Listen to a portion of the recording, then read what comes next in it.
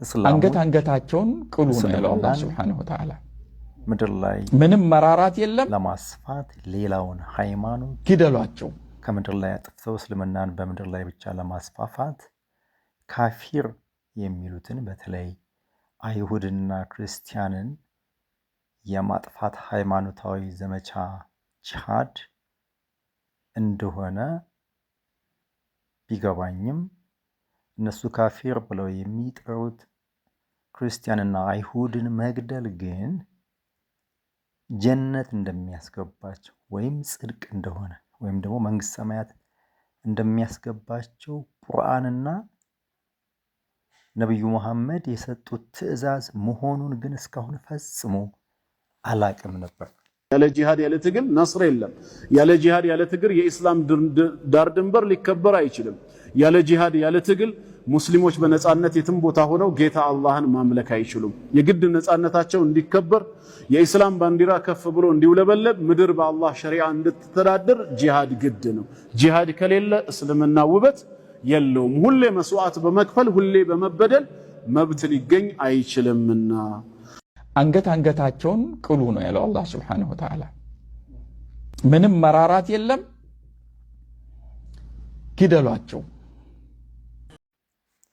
ነብዩ መሐመድ እስልምናን ምድር ላይ መስርተው ካለፉ በኋላ እሳቸውን የተኩና ከእሳቸው በኋላ የመጡ ካሊፎች በሰባተኛው ክፍለ ዘመን አካባቢ ጀምሮ እስልምናን በኃይል በጦርነት እንዳስፋፉ ይታወቃል። በተለይ በ9ኛው 10ኛው 11ኛው ክፍለ ዘመንና 12ኛው ክፍለ ዘመን አካባቢ የባዛንታይንን ስርወ መንግስት በመገዳደር እነዚህ ካሊፎች እስከ አውሮፓ ድረስ በመዝመት መላውን ዓለም በእስልምና ለማስፋፋት በኃይልና በጦርነት እስልምናን እንዳስፋፉ ይታወቃል። ይሄም የጂሃድ በሚሉት መንገድ ማለት ነው።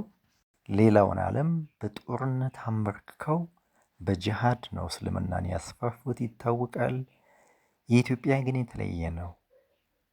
ኢትዮጵያ በጂሃድ በጦርነት አይደለም እስልምና የተስፋፋው፣ በፈቃደኝነት ኢትዮጵያ አደጋ ላይ ያለውን ሃይማኖት ታድጋ በራሷ ፈቃድ ተቀብላ ቤት ቦታ ሰጥታ መስጊድ ሰርታ እምነቱ ቦታ እንዲኖረው ተደርጎ ክርስቲያን ሃይላንድ የነበረች ሀገር ሁለተኛ ሃይማኖት እስልምና እንዲሆን ፈቅዳ አድርጋ ሃይማኖቱ በዓለም ላይ እንዲስፋፋ ያደረገችን ባለውለታ ከድተው ጂሃድ ማሰብ የሸሪዓን ኢትዮጵያ በሸሪዓ እንድትተዳደር ማሰብ የክርስቲያኑን ማህበረሰብ አንገት ቁረጥ የሚል ዘመቻ በአደባባይ መጀመር እስላሞች ቆም ብለው አስቦታል። የኢትዮጵያ ክርስትና ሃይማኖት መጽሐፍን ቅዱስን ተመርክዞ ግራህን ሲመታህ ቀኝህን ስጥ፣ ጠላትህን እንደ ራስህ ውደድ፣ የሚረግምህን መርቅ እንጂ አትርገም የሚል ቀናዊነት ላይ የተመሰረተ ለሌላው መኖርን ፈጽሞ ደም ማፍሰስ ኃጢአት እንደሆነ ሌላው ቀርቶ ወንድሙን የሚሳደብ ወንድሙን ጨርቃም ብሎ የሚሳደብ መንግስተ ሰማያት አይገባም በሚል በፍጹም ትህትና፣ ንጽህና፣ ታማኝነት የሌላው ሰው በደልና ደም እጁ ላይ ሳይኖርበት ጽድቅን ወይም መንግስት ሰማያትን ለማግኘት በትህትና በቃልም በተግባርም ሌላውን በማክበር ላይ የተመሰረተ ህዝብን በኃይልና የእሱን አንገት በመቁረጥ አስገድዶ ክርስትናን እስላም ለማድረግ መሞከር ብንገድላቸው ብንሰቅላቸው መልሰው ሊመቱን የሚያስችል መልሰው ሊገድሉን የሚያስችል የሃይማኖታዊ መሰረትና ልምድ የላቸውም። መልሰው እኛን ሊያጠቁን የሚችሉበት የመጽሐፍ ቅዱስ አስተምሮት ስለሌላቸው ብናርዳቸውም ይታረዳሉ በሚል ባለፉት ዘመናት በኢትዮጵያ ውስጥ ኢትዮጵያን ኦርቶዶክስ ቤተክርስቲያን ስትቃጠል ዲያቆናት ካህናት፣ አማንያን፣ መነኩሳት ሲገደሉ ቤተ ክርስቲያኒቱ አጸፊታ ለመመለስ የገዳዮቻቸውን ነፍስ ለማጥፋት ገጀራ አንስታ ለመዝመት ባለመሞከሯ በዛ ምክንያት እስልምና በኃይል ለማስፋፋት የተሞከረበትን መንገድ ቤተ ክርስቲያኒቱ በዝምታና አማንያኑም በዝምታ ማለፋቸው የመጣ አስተሳሰብ ይመስለኛል። አሁን በግሃድ ጊዜ ተገኘ ተብሎ ቤተ ክርስቲያንን አቃጥለን ክርስቲያንን በሙሉ አውድመን አንገቱን ቆርጠን ፈቃደኛ የሆነውን በሙሉ እስላም አድርገን ኢትዮጵያ የእስላም ሀገር ማድረግ አለብን የሚል ዘመቻ በገሃድ ሲጀመር ግን መጨረሻው ጥሩ ላይሆን ይችላል እና እስላም አባቶች በተለይ ደግሞ መደበኛ የእስልምና ሃይማኖት ተከታይ የሆናችሁ የአክራሪ እስላም ወንድሞቻችሁ የሚያደርጉትን ኢትዮጵያ ላይ የሚደረገውን ሌላው ዓለም ላይ ያደረጋችሁትን ዘመቻ ለእናንተም ለነባሮቹ ከክርስቲያን እምነት ጋር አብራችሁ ለኖራችሁ ክርስቲያንና እስልምና በኢትዮጵያ ውስጥ የአንድ ሳንቲም ሁለት ገጽታ ሆነው ተከባብረው የኖሩባት ሀገር ላይ ይሄ ሌላው ዓለም ላይ የተደረገው የጂሃዲስት አስተሳሰብ ሊያዛልቅ እንደማይችል እናንተ ነባር የእስልምና ሃይማኖት አባቶች መምከር አለባችሁ። እኔ ይህንን አሁን ሰሞኑን እየተከታተልኩት ያለውን የእስልምና ኢትዮጵያ ውስጥ ክርስቲያንን የማጥፋት ዘመቻ አንድ እስላም እናቱ፣ አባቱ፣ እህቱ፣ ወንድሙ ክርስቲያን ከሆኑ የመግደል መብት እንደ ጽድቅ አድርጎ እየሰራበት ያለውን ነገር ስሰማና ሳይ ቁርአንም ይህንን እንደሚደግፍ ነብዩ መሐመድም ይህን ተልእኮ እንደተሰጣቸው ስሰማ በጣም ፈራሁ። እኔ እስላም ወንድም አለኝ አብሬው የምኖር ክርስቲያን ሙስሊም ጎረቤቶች አሉኝ አብሬያቸው የምኖር ማምናቸው፣ ግን አሁን እየፈራሁ መጣሁ። እናቱም ብትሆን አባቱም ወንድሙም አክስቱም ጎረቤቱም የሚወደውም ጓደኛውም ቢሆን ክርስቲያን አይሁድ ከእነሱ ካፊር ብለው የሚጠሩት ሰው ከሆነ ያንን ሰው መግደል እንደ ጽድቅ፣ እንደ ጂሃድ፣ እንደ ጀነት፣ እንደ መንግስት ሰማያት መግቢያ ቁልፍ አድርገው የሚያስቡት መሆኑን ሰሞኑን ከትላልቅ የሃይማኖት የእስልምና ሃይማኖት መሪዎች ኡስታዞች ስማርና ይሄ የቁርአንና የነብዩ መሐመድ አስተምሮ መሆኑን ሲያስተምሩ ስገነዘብ በጣም መፍራት ጀመርኩ። እንደ ቀደሙት ዘመናት ከወንድሜ ጋር እንደ ቀድሞ አንድ ቤት መኖር በጣም ከማምናቸውና ከምወዳቸው ከምቀርባቸው የእስላም ጓደኞቼ ጋር እንደ ቀደመው ጊዜ ጥሩ ፍቅር ከነሱ ጋር ሆኜ አብሬ መቀጠል በጣም እየፈራሁ በመምጣቴ መታቀብ ጀምሬያለሁ። አውቃለሁ ወንድሜም ሆነ ሌሎቹም ጎረቤቶቼ በተለያየ ቦታ ማውቃቸው ሙስሊም ጓደኞች አሉኝ በጣም እንደሚወዱኝ አውቃለሁ። ግን የሃይማኖታቸው አስተምሮ ስለሆነ አሁን ደግሞ ኡስታዞቻቸውና የእስልምና መምህሮች ይህን ካፊር ብለው የሚጠሩትን ክርስቲያን መግደል የተፈቀደ መሆኑንና እስልምና በሸሪዓ ሕግ እንድትተዳደር ኢትዮጵያ ውስጥ ያሉ ክርስቲያኖች መገደል አለባቸው፣ አለዛ ሙስሊም መሆን አለባቸው የሚል ጅሃዳዊ ቅስቀሳ በአደባባይ እየተደረገ ባለበት ሁኔታ ላይ እነዚህ ማምናቸው ሙስሊም ጓደኞች ወንድሜ ሳይቀር ከኔ በላይ ሃይማኖታቸውን አስበልጠው እንደሚታዘዙና እንደሚወዱ እረዳለሁ። አንድ ቀን አላቅም አሁን መታቀብ ጀምሬያለሁ። አንገታቸውን ቅሉ ነው ያለው አላህ ሱብሓነሁ ወተዓላ። ምንም መራራት የለም፣ ግደሏቸው። ጦር ሜዳ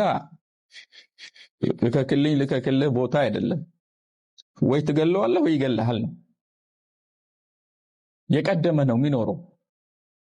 ከጠላት ከካፊር ጋር ፊት ለፊት ተገናኝቶ በሰይፍ አንገት ለአንገት መጠላላት ነው፣ መተራረድ። ወለም ዘለም የለም። ቁሙ ታዛዦች ሆናችሁ። ፈኢን ኺፍቱም ተፈራችሁ፣ ጠላት ፊት ለፊት ያለው ጠላት ስንሰግድ መጥቶ ይወረናል፣ በሰይፍ ይጨርሰናል እሚል ህሳቤ ከተፈጠረስ ሰላተል ኸውፍ የሚባል ያሰጋገድ ዘዬ አለ። ከነዛ መካከል አንዱ ፈሪጃለን አው ሩክባን፣ በእግራችሁ እየተሯሯጣችሁም ቢሆናል አላህ በእግራችሁ እየተሯሯጣችሁ እዛ ጂሃዱ ማረካው ላይ ሐረካ እያደረጋችሁ ለርኩዕ ለስጁድ እያጣቀሳችሁ ቦታ እየለያችሁለት ስገዱ አለ አላህ። ሰግዱ ሰላት አላፍ የሚባል ያሰጋገድ ዘይቤ ተጠቀሙ ነው የሚለው። ምን ማለት ነው? በምንሰግድበት ጊዜ ጠላት ካፊር መጥቶ ሊያርደን ይችላል የሚል የስነ ልቦና አመለካከት ካዳበራችሁ ነው የሚለው። ጠላትን ሄዳችሁ በጅሃድ ለማረድ ምን ታገኛላችሁ? አቅም ታገኛላችሁ። እንደዚህ አይነት ስለ ልቦና የመግደል ስለ ልቦና የማረድ ስለ ልቦና የሚያዳብር ያሰጋገድ ዘይቤ ነው የሚሰብከው። ምን ማለት ነው? ሃይማኖት ሰውን ለመግደል የሰውን ደም ለማፍሰስ የሚያበቃ የሶላት አይነት እንደዚህ አይነት እምነት አለ እንዴ? ሰውን ግደል የሚል ሃይማኖት ትታረጃለሽ። ይሄ አይቀርም። ኦርቶዶክስ ካሁን በኋላ በአፋር ክልልም በሶማሌም በወሎም በአሩሲም በባሌም በጅማም ካሁን በኋላ ትቀጠቀጫለሽ፣ ትቀጠያለሽ፣ ትታረጃለሽ። ይሄ አይቀርም። እንግዲህ የተመለከታችሁት ነው። ይሄ ኢትዮጵያ ውስጥ ነው ወይ ሊያስብል ይችላል። ክርስቲያኖች ኦርቶዶክስ ኢትዮጵያን ክርስቲያኖችን አሰልፈው ማተባቸውን መስቀላቸውን ይቆርጡ ነው አላሁ አክበር እያሉ እንግዲህ ጂሃድ ተጀምሯል ኢትዮጵያ ውስጥ። እንግዲህ እነዚህ ህፃናትና ሴቶችን ነው አሰልፈው እንደዚህ የሚያደርጓቸው። እምቢ ያሉትን ይገላሉ። ምናልባት ቀጥሎ ያለው መስቀሌን ማተሜን አልቆርጥም ያለውን እንዴት አጋድሞ እንደሚያርዷቸው ምስሉን እንግዲህ የሞራልም ስለማይፈቅድ ምስላቸውን ማየት የምትፈልጉ ያ ቴሌግራም ገጽ ላይ ማየት ድፍረቱ ካላችሁ ምናልባት ኮሜንት አድርጉልኝ። እዛ ላይ ልታዩት ትችላላችሁ። ምናልባት ይህን በማየት እንዳትታመሙ ድፍረት ያላችሁ። አላህ አክበር እያሉን ያረዱት አይናችን እያየን የታረደው እና ኢትዮጵያ ውስጥ ጂሃድ በግልጽ ተጀምሯል። ምናልባት ግራኝ አህመድ ሲያደርገው የነበረው ወረራ በስንት ጣዕሙ የተሻለ ነው ሊያስብል በሚያስችል ሁኔታ ኢትዮጵያ ውስጥ አሁን ያለው በገሃድ እየተፈጸመ ያለው የጂሃድ ኦርቶዶክስ ክርስቲያንን የማውደም የማጥፋት በእውነት አላህ አክበር እያሉ እየተደሰቱ ክርስቲያንን አንጋለው ሲያርዱት ምን ያክል ደስታ እየተሰማቸው የሰው ልጅ በቢላው እየታረደ ሲያንቋርር የሚፈጥርላቸው አጋንንታዊ ደስታ ምን እንደሆነ እንደው ድምፁን እንኳን መስማት ከቻላችሁ አላቅም። ወንዶቹን ገድለው አርደው ሲጨርሱ ልጆቻቸውን ሚስቶቻቸውን አሰልፈው ማተማቸውን መስቀላቸውን እየቆረጡ እስላም እያደረጓቸው ነው። በእውነት ይሄ ከመፈክር በዘለለ ኢትዮጵያን የሙስሊም ሀገር እናደርጋለን፣ በሸሪዓ ህግ እንድትተዳደር እናደርጋለን። ክርስቲያን ኦርቶዶክስ አንድም ይታረዳል፣ ታርዶ ያልቃል፣ አንድም ወደ ሙስሊምነት ይቀየራል፣ አለዛ ይሰደዳል የሚሉትን እንደ ቀልድ ሲያሰሙት የነበረውን ንግግር በተግባር እየፈጸሙት ነው። በአንዳንድ አካባቢ ባሉ ቤተ ክርስቲያናት ውስጥ ያሉ የሰንበት ተማሪዎችን ሙሉ ለሙሉ አስገድደው ሙስሊም በማድረግ አካባቢውን ከክርስትና ነፃ ያደረጉበት ቦታ አለ። የቄስ የካህናት ሚስቶችን እስላም አድርገው ለሙስሊም የዳሩበት አካባቢም አለ። በብዙ ቦታዎች በሐረርጌ፣ በባሌ፣ በተለያዩ ቦታም የክርስቲያን ህፃናት ልጆችን ልጃገረዶችን አስገድደው ለሙስሊም በማጋባት አካባቢውን ከክርስትና ትውልዱ የጸዳ እንዲሆን ለማድረግ በፕሮጀክት እየተሰራ ነው። በአደባባይ የሰውን የክርስቲያንን አንገት ከመቁረጥ በዘለለ በስውርም በግልጽም እንግዲህ አጠቃላይ የሚደረገው ክርስትናን ሃይማኖት በተለይ ኦርቶዶክስን የማዳከም ስራ በአንድም በሌላም በብዙ መንገድ እየተሰራ ያለበት ዘመቻ በጣም ሰፊ ነው። በልጅነታችን የሰማነው አንድ ተምሳሌታዊ ንግግር አለ። አያ ነብር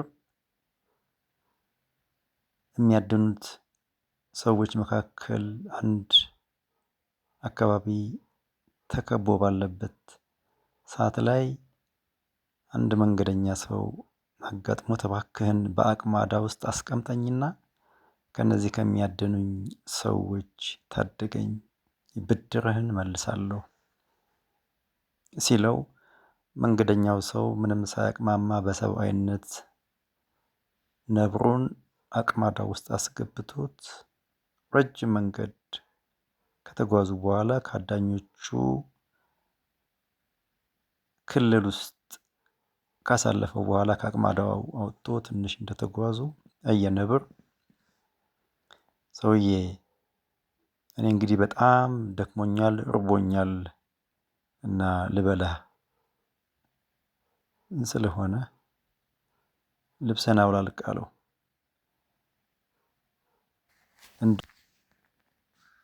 ሙስሊሞች በዓለም ላይ ብዙ ክርስቲያን ሀገሮችን በኃይልና በጦርነት አስገድደው እስላም እንዳደረጉት ግብፅ፣ ቱርክ፣ ሶሪያን በጦርነት አስገድደው ክርስቲያን የነበሩትን ህዝብ ሙስሊም እንዳደረጉት አውሮፓን በኃይል ወረው እስያን በኃይል ወረው ክርስቲያን የነበሩትን በኃይል አስገድደው እስላም እንዳደረጉት የቡድሃ እምነት ተከታይ የሆነው ማህበረሰብ አሁንም ሙሉ ለሙሉ ሙስሊም ያደረጓቸውን እንደ ኢንዶኔዥያ፣ አፍጋኒስታን ያሉትን ሙሉ ለሙሉ ሙስሊም እንዳደረጓቸው ሁሉ ኢትዮጵያንም አስገድደን በኃይል በጦርነት በሸሪዓ የምትተዳደር ሀገር እናደርጋታለን ብላችሁ እቺን አምላክ በመጨረሻው ቀን እንደሚጎበኛት የኪዳን ምድር የሆነችውን ኢትዮጵያን በዚህ መንገድ ማሰባችሁ በጣም ተሳስታችኋል። እስልምና የህልውና አደጋ ውስጥ በገባበት ዘመን ኢትዮጵያ ኦርቶዶክስ ቤተክርስቲያን እስልምና እንዲያገግም እንዲታድጋ በዓለም ላይ በዚህ መጠን እንዲስፋፋ ያደረገችን ባለውለታ በዚህ መጠን በኃይል አስገድዳቸው እስላም ለማድረግ መሞከር እና ኢትዮጵያ ኦርቶዶክስ ቤተክርስቲያን ግራህን ሲመታ ቀኝን ስጥ የሚል መጽሐፍ ቅዱስን አስተምሮ ይዛ ወንጌልን ከመስበክ የዘለለ ሰዎችን አይደለም በኃይል በጦርነት ቀርቶ በቃላት እንኳ አስገድዳ ክርስትናን የማትሰብክ ነች። እኛ ብንገላቸው ብናርዳቸው አጸፌታ መስጠት የሚያስችል የሃይማኖት መሰረት የላቸውም በሚል የተሳሳተ ግምት ኢትዮጵያ ላይ ጦርነት ብትከፍቱ እዛም ቤት ያለው እሳት ምን ያክል ሊያቃጥላችሁ እንደሚችሉ ማሰብ ነው። አንድ ነገር ግን መጨመር የምፈልገው በመጨረሻ ማጠቃለያ ላይ ኢትዮጵያ በዓለም ላይ ማንም በኃይል አስገድዷት ገዝቷት የማያቅ ሀያላኖች በተፈራረቁ ቁጥር ሁሉም ሀገራት በየተራ በቅኝ ግዛት ሲገዙ አንዱ በሌላው ላይ እየተነሳ ሌላውን ሲገዛ በማንም ያልተደፈረች ያልተገዛች ማንም ኃይል ኢትዮጵያን በጦርነት አንበርክኳት የማታቅ ብቸኛ ሀገር መሆኗን መገንዘብ ጠቃሚ ነው። ይህንን ያደረገው የኢትዮጵያ ኦርቶዶክስ ቤተክርስቲያን አማንያን ለሀገራቸው ክብር ሲሉ በብቸኝነት በዚች ሀገር ላይ ዋጋ በከፈሉት ማንነትና ታላቅነት መሆኑን አትዘንጉ። የኢትዮጵያ ኦርቶዶክስ ቤተክርስቲያን አማንያን አርበኞች ለኢትዮጵያ ለሀገራቸው ዋጋ የሚከፍሉ ማንም በዓለም ላይ ያልደፈራቸው ህዝቦች ናቸው። ራሳቸውን ከሚገድላቸው አካል ወደ መከላከል ሲመጡ